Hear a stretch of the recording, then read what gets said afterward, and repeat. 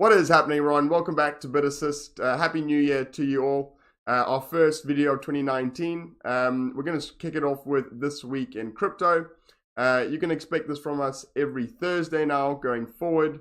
We're going to give you an overview of what's been trending on the market in terms of news.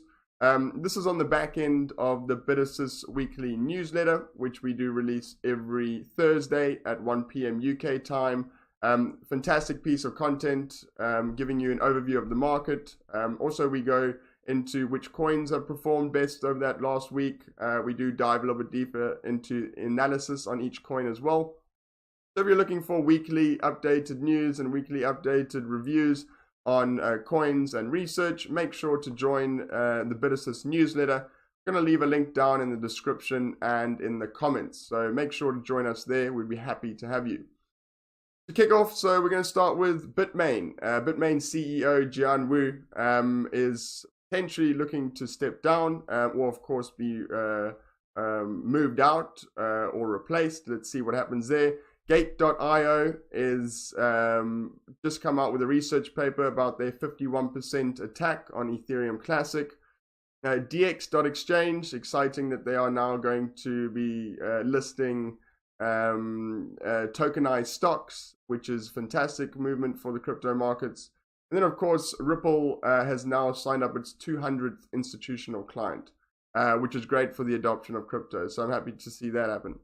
Moving straight into Bitmain. Bitmain replaces CEO JIHAN after Bitcoin cash gamble fails. According to the South China Morning Post, the Bitcoin mining behemoth is looking to name a new CEO to replace the company's co-founders. An anonymous source says Haicho Wang, the current engineering director, is the front runner for the job. So that is really interesting to see how that develops. It can either be quite detrimental to prices in terms of they are the biggest mining operation in crypto. So it will be interesting to see who is the leadership there. You might be familiar that Bitmain were looking to do an IPO, which has been suspended or delayed a few times. This might be the reasoning behind it. There might be a reshuffle in the top to go public. They might need a new leader to take Bitmain public. So let's see how that develops. Of course, we will let you know if anything more is to happen in the coming weeks. Moving on to Gate.io. A lot of you will be familiar that recently Ether Classic had a 51% attack.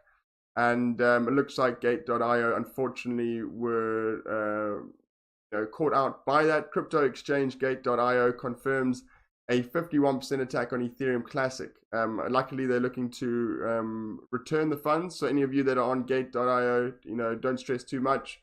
I do believe they will be returning your money.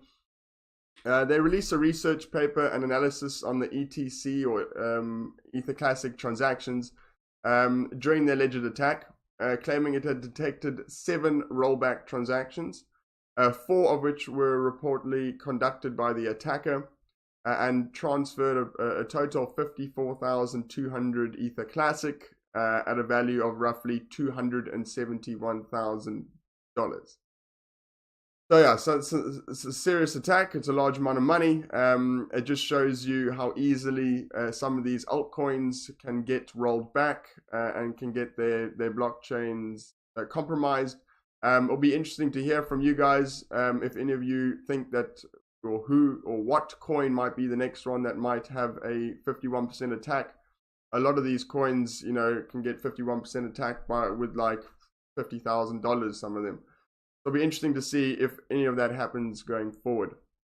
Moving on to DX.EXCHANGE, fantastic operation going on there. And they are now looking to launch and aims to launch in the US sometime in 2019, but they have now recently launched their platform. They have also tokenized stocks, which is fantastic, like Google and Facebook, Tesla and Intel. Very, very cool looking exchange, very slick. Looks very nice. I'll actually pop onto it now to give you guys a good look if some of you haven't heard of it before. The story says the launch comes a few days after DX revealed it will offer its clients tokenized stocks of leading listed companies. Traders will soon be able to buy stock-backed tokens such as Google, Facebook, Tesla, Intel, Furthermore, they will also be able to receive dividends from the companies by using their tokenized structure. So yeah, that's really awesome, and that's a really good movement going forward. You know, everyone's been screaming about we need to tokenize everything, tokenize the stock market, tokenize equities. This is a good move forward. A totally regulated exchange out of Estonia is now offering blue chip stocks which are tokenized, which is really, really cool. Just going to quickly pop onto my screen and show you the exchange. One sec. So this is kind of like what the exchange looks like. I like to think it's pretty darn sexy looking. It doesn't have a huge amount of liquidity at the moment. It's got fairly small order book still. But I suggest you guys come check it out.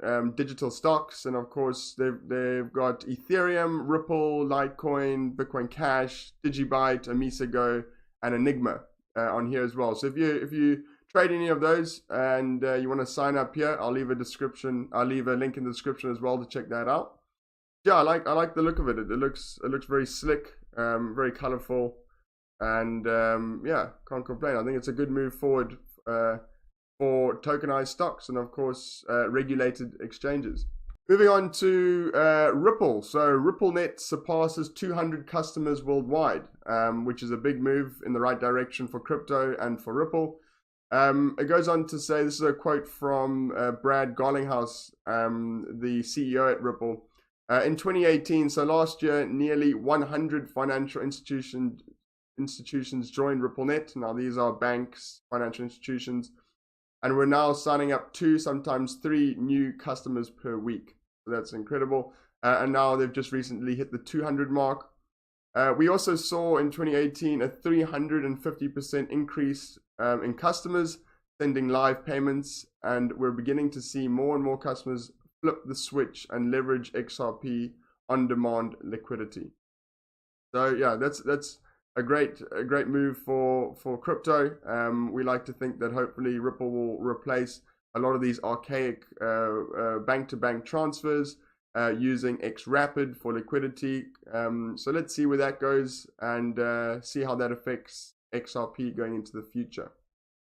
Okay, so I think that's it for this week. We're going to keep it short and sweet, hopefully each week. Keep in mind, tomorrow we're going to be doing our first coin review of the year. We're going to be doing waves. Going to dive deep into waves from the top and down to its recent price action. So yeah, stick around for that, and thank you for joining us here today at BITASSIST. See you tomorrow, and of course next week, Thursday, for our next crypto this week. Cheers.